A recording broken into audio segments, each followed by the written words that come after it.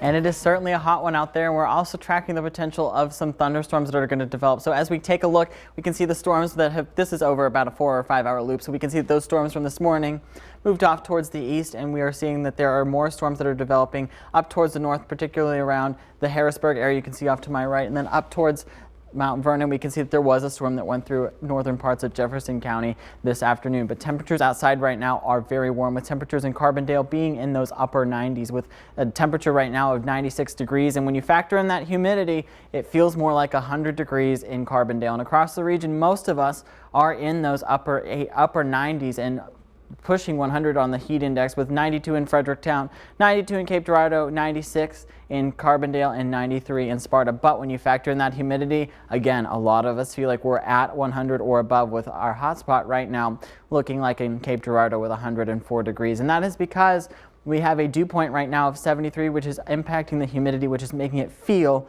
a lot hotter than it actually is outside. So if you're headed out for a dog walk, I really think that your best times are going to be after the sun sets. If you can dodge those showers, I would not recommend going at about 6 o'clock, because it is going to be very, very hot outside, and those dew points are really going to make it feel a lot hotter than it actually is. So again, we're tracking muggy conditions for your Friday evening, and also the chance of isolated thunderstorms. And then those first round of thunderstorms are going to dissipate, and then we're going to see more thunderstorms develop overnight, and also hotter conditions are expected later this week, or into next week rather. But as we take a look, we can see that by 4 o'clock we only have a couple isolated showers down near the Paducah area, and then as we run forward to 6 o'clock, we can see these thunderstorms, which are diurnal thunderstorms, which means that they are going to rise with the heating of the day and fall as the sun starts to set. So by 12 o'clock we can see that there's nothing on our radar, but again, here comes our system back from the west, and it's going to be moving towards the east, and we can see by the 5 o'clock hour most of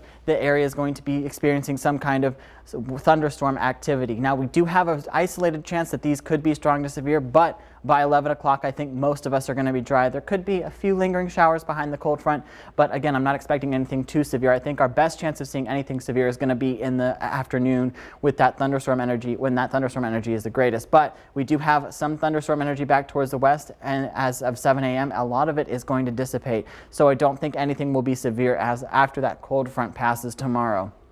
But we do have that level 1 risk back towards the west, and this is going to be for most of our area. It does look like the level 2 risk area clips a little bit of Carter County back in Missouri, but most of us are in that level 1 risk, and there is even a level 3 risk back towards Kansas, Oklahoma, and far western Missouri, but that's not including us, thankfully, for tonight. So I do expect your weekend is going to be very nice, or very warm rather, but right now we're looking at your threats, and I don't really expect any tornadoes out of the system, but hail, wind, and also flooding, because these storms will be moving a lot slower than normal. So the best way to stay in the know is with that Storm Track 3 weather app, and your weekend will be very, very hot, with 88 degrees and muggy on Saturday and 93 and muggy on Sunday, and we could have isolated storm chances both days. But as we go forward and start the next work week, it looks like those 90s are here to stay. It looks like Tuesday might be a little cooler with a high of 89, but those 90s are really going to be here to stay for the remainder of next week.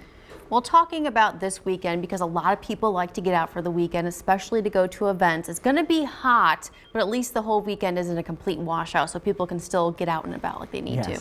All right, sounds good. Not a total washout. Okay, thanks, Garrett.